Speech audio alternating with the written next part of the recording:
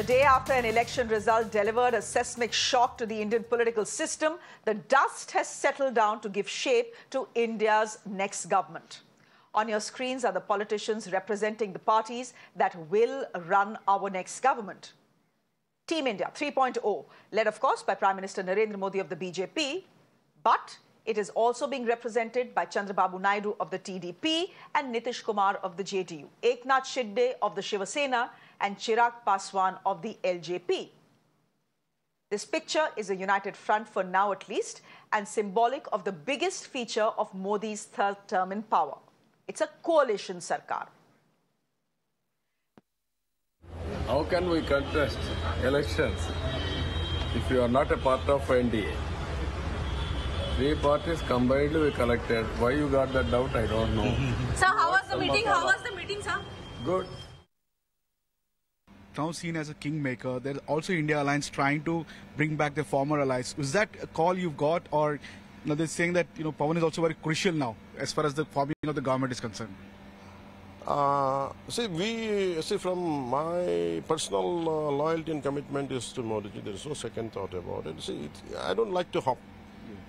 So once I give my word, I'll live up to it. Whether I might lose, I might win, I might lose my life also, but I won't. I think my commitment is to NDA. It will be there. It will be honored without a second thought about it. I respect the India Alliance and all that kind of. We respect them. There's no second thought about. They fought well. We appreciate them. We respect them. But our commitment to NDA is unwavering. Now, Nitish Kumar hasn't said anything, but Chandrababu Naidu and the Janasena chief Pawan Kalyan there have made it very clear they are sticking with the NDA. And the NDA is moving in lightning speed and is set to meet the president on Friday to stake claim. All indications are that the swearing in is on Saturday. But this haste perhaps has some reasoning. The India Bloc 2 has just finished its meeting, and it is known that it is nothing to lose by trying to destabilize NDA by reaching out to Nitish Kumar and Chandrababu Naidu, two regional satraps who have a history of dumping the NDA in the past, citing Mr. Narendra Modi as the reason. It's a reality that the BJP knows all too well, which is why Dileep Ghosh of the BJP has admitted that it would be unwise to trust these two coalition partners. Listen in. কিছুই অসম্ভব নয় রাজনীতিতে আর নাইডু আর নীতিশ বাবুর মতো পল্টু রাম যারা আছেন তাদের উপর ভরসা করা তো বেমানি আমরা দেখেছি ঠকতে হয়েছে কিন্তু রাজনীতি বাধ্যবাধকতা থাকে তারা বিজেপির সমর্থনে জিতে আসেন আর বিজেপিকে ছেড়ে অন্যের সঙ্গে হাত মেলান সেইটা আসবে কিনা সেটা পার্টির সর্বোচ্চ নেতৃত্ব দেখবেন দেখার লোক আছে আমাদের আর মমতা ব্যানার্জির কথায় কেউ কোনোদিন বিশ্বাস করেনি I'm being joined this evening by Karti Chidambaram, Congress leader who's just won his election in the state of Tamil Nadu from Shivaganga. Mr.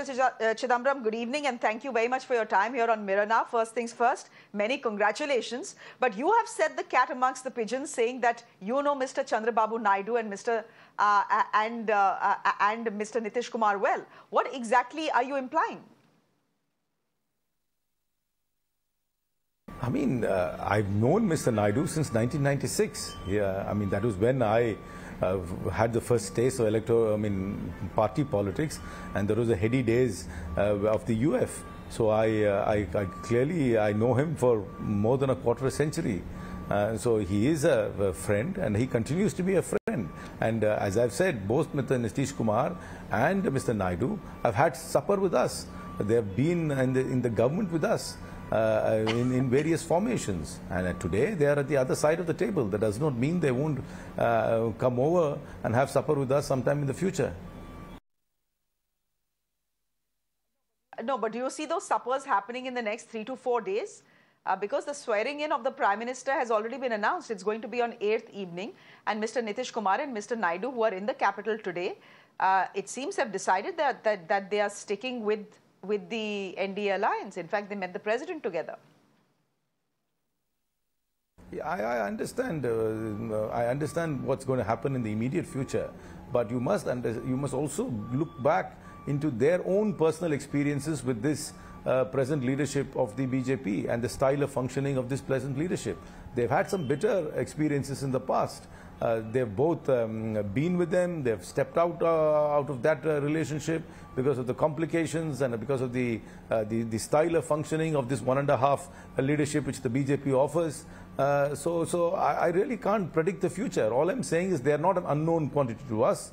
They have dealt with us. They have sat on the table with us. They have had bitter experiences with this 1.5 man team of the BJP, and things can unfold in any manner possible in the future. Can I ask you then, Mr. Chidambaram, of course, the India alliance has met today as well, and one of the questions that they were to decide on is, should they try and cobble up a coalition as well, get the numbers and form the government. But the fact is, if you look at the numbers, the mandate is with the NDA, not the India alliance. The country has spoken. If the India alliance, we haven't officially heard from them, but if the India alliance does pitch itself as an entity that could be forming the next government, that will be disrespecting the people's mandate, right? I think this mandate has to be studied very deeply before you come to some sort of conclusions. I think granular details of this verdict must also be studied. This is a complex verdict. This is not a verdict for the persona of Mr. Modi. It is not a verdict in favor of the BJP singularly. That is very clear. So this is a verdict in favor of a collective. India wants a collective leadership. India wants a consultative leadership. Can this 1.5 man team of the BJP offer that? That is the question to be asked. And if they are not able to offer that, I'm sure another grouping can. And another grouping need not necessarily be only a pre-poll grouping. It could also be a post-poll grouping. And that's how mature democracies function. There are post-poll alliances also formed. So while I understand that they will have the first dibs at forming government, does not mean that's going to be the only option which is going to be placed before the country. There could be other options as well in the future. So maybe they'll get first dibs right now because they are a pre-poll alliance and they are also a single largest party and they're also the incumbent government. I understand all those precedents. But that doesn't mean that this combination is set in stone. This combination is also quite fluid because of the experiences particularly the two principal supporting actors will have with the 1.5 man team leadership of the BJP. Mr. Chidambaram, it can always be argued that if Mr. Naidu and Mr. Nitish Kumar are fickle allies, they will be fickle allies to the India alliance as well then. I mean, I would not use those terms for people who I want to invite for supper, but I understand their past experiences, and and everybody knows their past political choices. So while they might make one political choice today, I'm sure that they have the liberty to make other political choices as they go forward. But many people will say that you're being uncharitable to the BJP here, given the fact that the Congress in itself at one point of time was in a minority coalition. And right now, they have far less numbers. The entire India bloc together has far less numbers than the BJP alone. The BJP has more numbers than that of the India alliance combined, which means they have the mandate, whether you like it or not. I agree with the numbers. I never fight with numbers. The numbers are what they are. But the Congress has experience in running a minority government, whereas this 1.5 man leadership has no experience in running a collaborative, consultative coalition, be it in Gujarat or be it the last 10 years in Delhi. They have no experience. They've never ever had to consult anybody before they took any of the decisions. In fact, they don't even consult their cabinet colleagues. They didn't consult the cabinet colleagues before they did demonetization. They didn't consult the cabinet colleagues before they withdrew the farm laws. These are diktat-driven leadership. This 1.5 man team is a diktat-driven leadership. So they don't have the experience to carry people together, whereas we have that experience, and that's why I think that this experiment which they are attempting to do now might not last long. And secondly, they don't have the experience of coming to Parliament, debating in Parliament, or answering questions in Parliament. So this is going to be a completely new ball game for them, and I don't know how they will measure up. Maybe they will, maybe they won't. I don't know. Can we just shift the focus to your own constituency. Of course, you have won your seat with a clean and comfortable margin, Shivaganga, so congratulations on that. But any thoughts on the BJP's performance in Tamil Nadu? They have opened their account, despite the pollsters. I mean, they haven't actually opened their account. The pollsters had predicted some 2 to 3 seats, but their vote share in Tamil Nadu has gone beyond 10%. No, I think you are misreading their vote share. It's not purely a BJP party which faced the elections. They had alliances with many community-based political parties, and those parties fielded members of those particular communities. So there was a community vote which came to the BJP. I mean, I use the word community in a more, in a polite way. When actually it meant these are all caste-based parties, and so this is not really a pure BJP-based vote. So it's a very it will be erroneous to assume that all the votes which came because they contested on a BJP symbol belong to the BJP. That's not true. In my own constituency, the person who contested on a BJP symbol is not a member of the BJP. He runs a community-based party, and there's obviously a little bit of consolidation of that vote which came along to him. So it's not really purely a BJP vote which has been reflected in these elections. Anything on neighbouring Kerala? Any thoughts on neighbouring Kerala, where the BJP has opened an account? Suresh Gopi has one. I know they have one. The BJP is a large political party and it has a national footprint. I agree with that. And one must always give them credit for trying, and they try very hard, and they put in a lot of muscle, manpower and materials into any election, and obviously it's paid off. And I know Mr. Suresh Gopi also personally. He served with me in the Information and Technology Committee, and he's a versatile actor, and I'm sure there was some resonance to his personality as well as to the political messaging he took place, and it came. It is surprising, but he has scored a victory there, and one must accept that. We'll leave it there for the moment, Mr. Karti Chidambaram. Thank you very much for joining us. Before I invite Dr. Shashi Tharoor on the show as well, let me quickly introduce my guest to you this evening. Dinakar Lanka is leader of the BJP, joining us on the broadcast. Anam Venkata Raman Reddy, spokesperson of the TDP, with us on the broadcast. Advocate Mahima Singh, spokesperson of the Congress Party. Dr. Chandan Yadav, the state secretary of the JDU, and JVC Sriram is a political strategist, commentator, joining us here in the studio. Ladies and gentlemen, thank you very much for your time. Before I go to our guests, I quickly want to put out a graphic for our viewers just to understand what are the numbers in the NDA coalition. And those pictures, ladies and gentlemen, from last evening. So let's just put that out and put out a graphic here, clearly telling our viewers where the numbers stand. First of all, the BJP is at 240. Ladies and gentlemen, the NDA alliance on its own is at 293. The BJP is at 240. The TDP, that is led by Chandrababu Naidu, is at 16. The JDU is at 12, which means the TDP and the JDU together are at 28. The Shiva Sena then adds more numbers and gives the alliance 7 more seats. That is essentially where the NDA alliance is placed, the NDA coalition is placed. To cut a long story short, ladies and gentlemen, if you take a look at all these numbers on your screens and keep in mind one number, 272, you will realize that the BJP doesn't have numbers to cross the majority mark with 240. Therefore, they need their allies. They are dependent on their allies. Their allies are stable for the moment. We've heard from Chandrababu Naidu. He's saying he's very much with the NDA alliance. We've heard from the Janasena chief, Pawan Kalyan. He's saying he's committed to Narendra Modi. Chirag Paswan on your screens with 5 Lok Sabha seats, again saying that he is with Narendra Modi, no one else. The Shiva Sena has made things clear as well. But all these men on your screens, ladies and gentlemen, are demanding their pound of flesh. Multiple things have come out via sources on what they're demanding. Cabinet berths, special status for Andhra Pradesh, etc., etc. We'll see how that plays out. The swearing-in ceremony, as I said, is on the 8th. Dinakar Lanka, I'm just going to quickly come to you first, since you're representing the BJP on our show.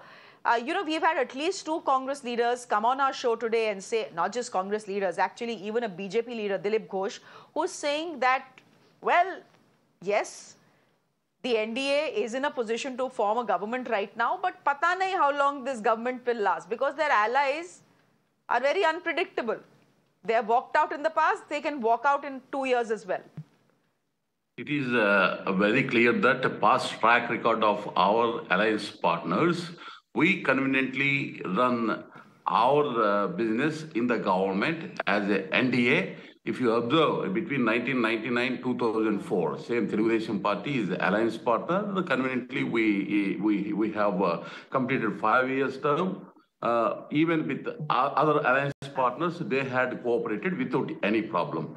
Here, it is a very clear-cut majority we achieved. It is a pre-poll alliance. We are not taking anything from any party post-poll alliance for getting majority, because we conveniently, up to 294, we reached with our alliance partners. It is a pre-poll alliance. There is no problem at all to form government, and we know we have our experience to run properly with the coordination and the cooperation with alliance partners.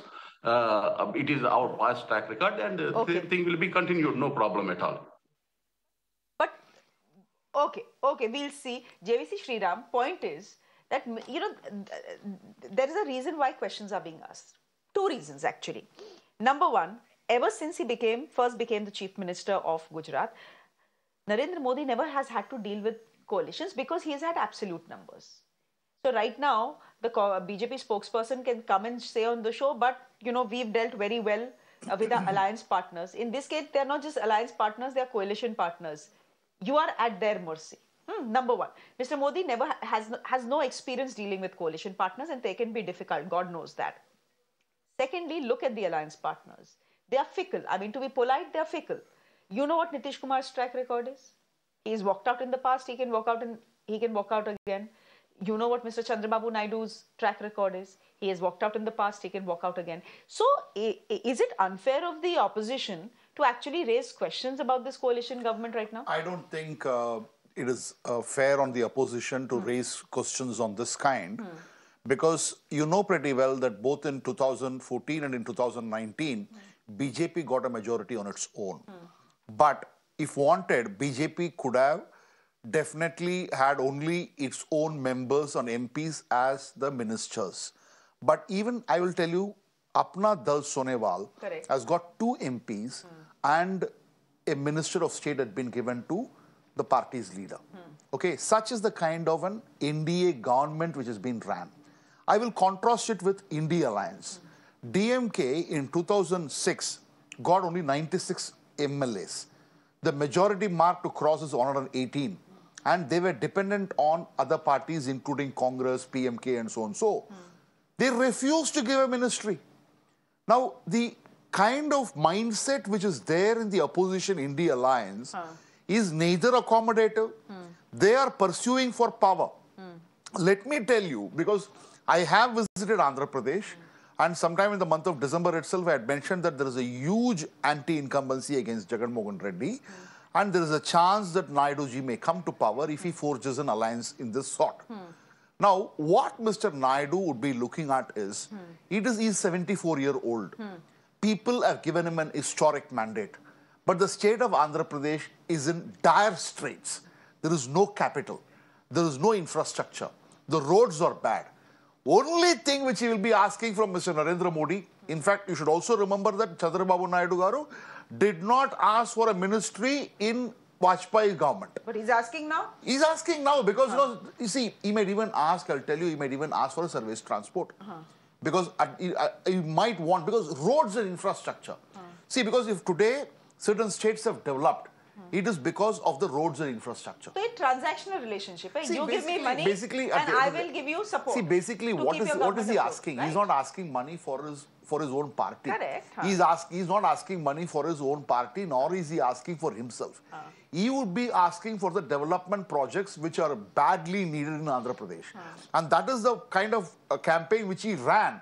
That if you vote for me, I have the Prime Minister with me, I have the future Prime Minister with me, we will be part of the central government, we will bring the funds, we will develop Andhra Pradesh, we are in deep, problem, we are in debt, it's a debt-ridden state, and that is the reason people are given a mandate.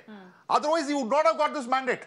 He has got this mandate specifically because he had gone and reached out to people showing that this is what, because Mind you, Jagan Mohan has given a huge amount of cash in terms of doles to the voters. I'm not talking about bribing voters. I'm talking about welfare schemes. And in spite of that, if Jagan Mohan has not performed well, and Chandrababu Naidu has performed well, which means every voter of Andhra Pradesh has gone beyond his personal benefit and looked at the state's benefit. You are saying something very interesting, and I want Anam Reddy's response to that. Anam Reddy, you are representing the TDP on the show. JVC here is telling me that the only reason why Chandrababu Naidu got a majority both in the centre and in the Lok Sabha elections, he's managed to get 16 seats, is because he said he has the Prime Minister next to him, and if Mr. Chandrababu Naidu is voted to power, then he has the Prime Minister next to him who will give him the money to develop. Not the money. Development. चलो वो पैसा ही होता है ना sir. It's money only. Do you agree with that? That it is not Mr. Chandrababu Naidu on his own who won the election. It is because of Prime Minister Modi that he won. No, just see, let me be very clear. It was an alliance of three, including Pawan Kalyan and Narendra Modi ji and Chandrababu. Correct. So, see, it's a joint campaign. We campaigned together, and in fact, a lot of meetings. Modi ji was there. Pawan Garu and CBN went ahead and had, held a lot of meetings. So let's see. Nobody can claim that it's one person. It is not a one person's victory. It's a people's victory led by three tall leaders, Narendra Modi ji, Chandrababu Naidu, and Pawan Kalyan. So the credit goes to the alliance, and it's an alliance dharma. See, when you make an alliance and you go into the election with an alliance, so if the credit goes to all the three. So okay, and one more thing. You've been repeatedly saying that, during your dialogue given with Mr. Chidambaram, that Chandrababu Naidu is quite fickle. I don't agree with your stance on that. Let me tell you, he has got a 40-year-old history as a politician. He's seen his ups and he's seen his downs. He's gone through his hardships and he's had his losses and his wins.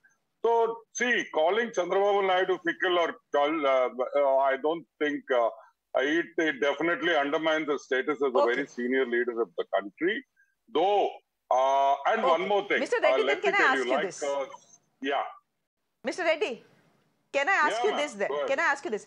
You're saying why are you calling him fickle? I have just put out some graphics for our viewers. I will let our viewers decide. Those graphics are there for you to see as well. But since you referred to Mr. Chidambaram's interview, Mr. Chidambaram also is saying somewhat mischievously that look, today they are going with the NDA alliance, but I know Chandrababu Naidu well.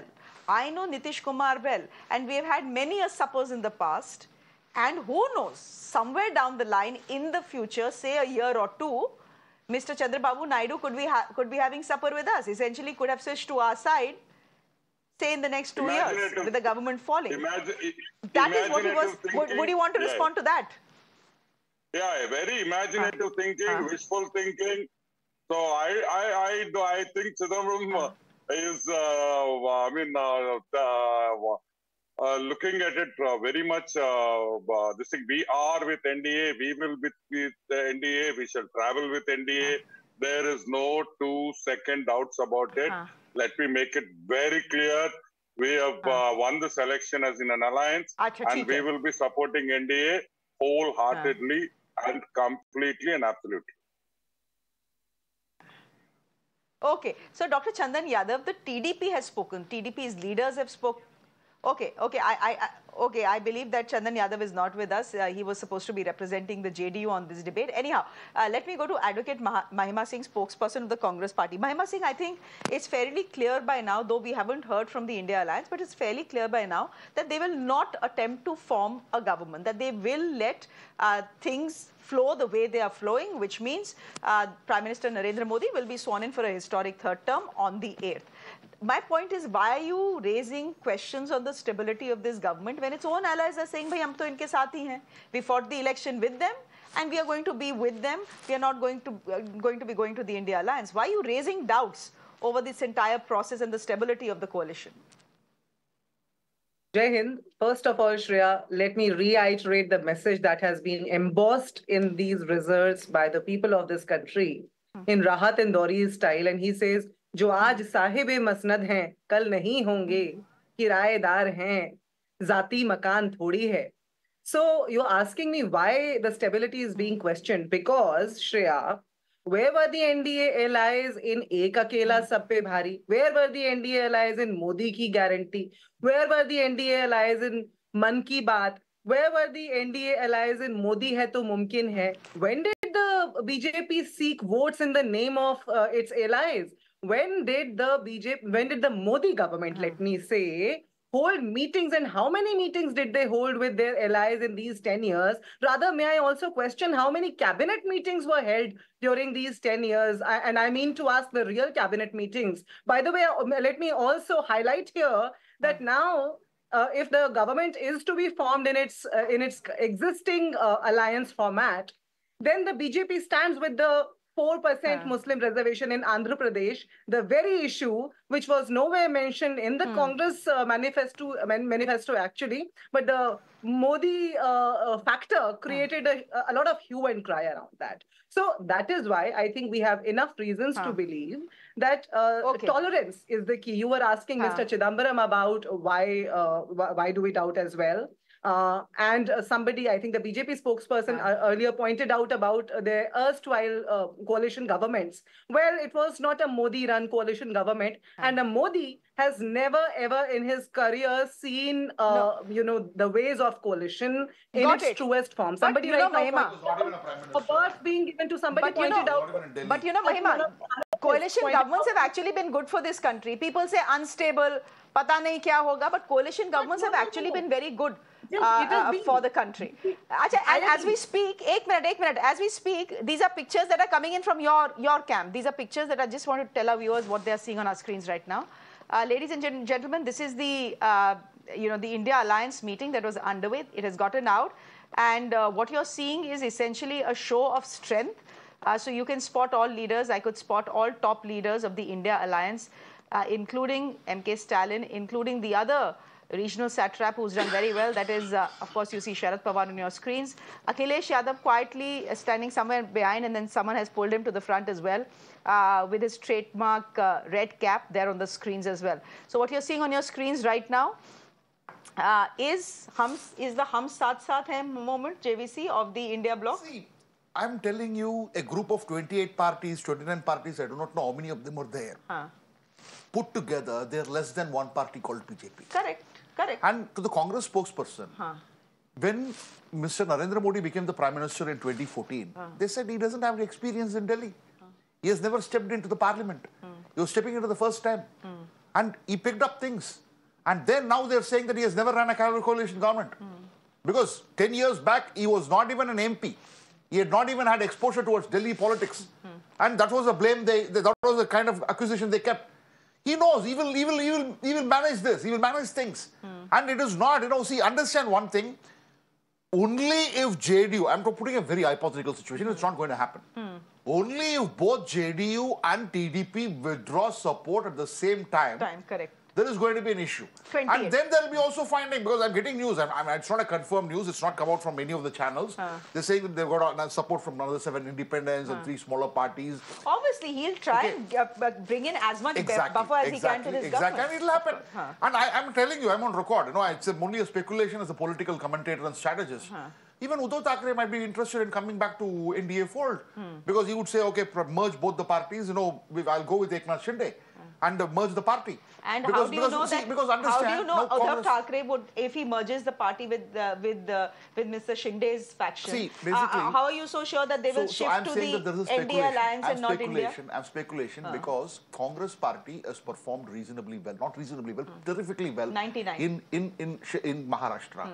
So Congress was in doldrums before. Now they performed exceedingly well. Now in a few months from now there is going to be assembly election. 288 seats are there. And they have to be divided. And already now he's not come to the India Alliance meeting. If I'm right, Uddhav Thackeray has not come to the India Alliance meeting. No, I haven't spotted him there He's not there. He said he's not there. And in Sangli, Shiv Sena UBT candidate has been defeated by a Congress rebel. All these, see, in politics, it's an art of possibility. And in the art of possibility, you never know. Shiv Sena might get back the party, he might get back the symbol. If Shiv Sena can align with Congress party, which arrested Balasaheb Thackeray, which disenfranchised them in for 6 years, then he can apologize Eknath Shinde for what he had done. The same logic can apply to Chandrababu Naidu. All right, I believe Mr. Kharge is speaking. Let's go across to that. 2 घंटे तक बैठकर आज के political situation पे और आज की जो परिस्थिति है उस पर बहुत से सजेशन आए, चर्चा हो गई और ये निष्कर्ष आखिरी में ये निकला कि हम सब मिलके एक ही वॉइस में ये कहना चाहिए जो मैं आपको पढ़ के बताऊंगा। The constituents of India bloc thank the people of India for the overwhelming support received by our allies. The people's mandate has given befitting reply to the BJP and their politics of hate, corruption and deprivation. This is a mandate in defense of the Constitution of India and against price rise, unemployment and crony capitalism, and also to save democracy. The India bloc will continue to fight against the fascist rule of the BJP led by Modi. We will take appropriate steps at the appropriate time to realize the people's desire not to be ruled by the BJP's government, and this is our decision, and we all together agreed on these points, and will definitely whatever promises we have given to the people, that we will keep it up, and just I want to tell this. Thank you very much.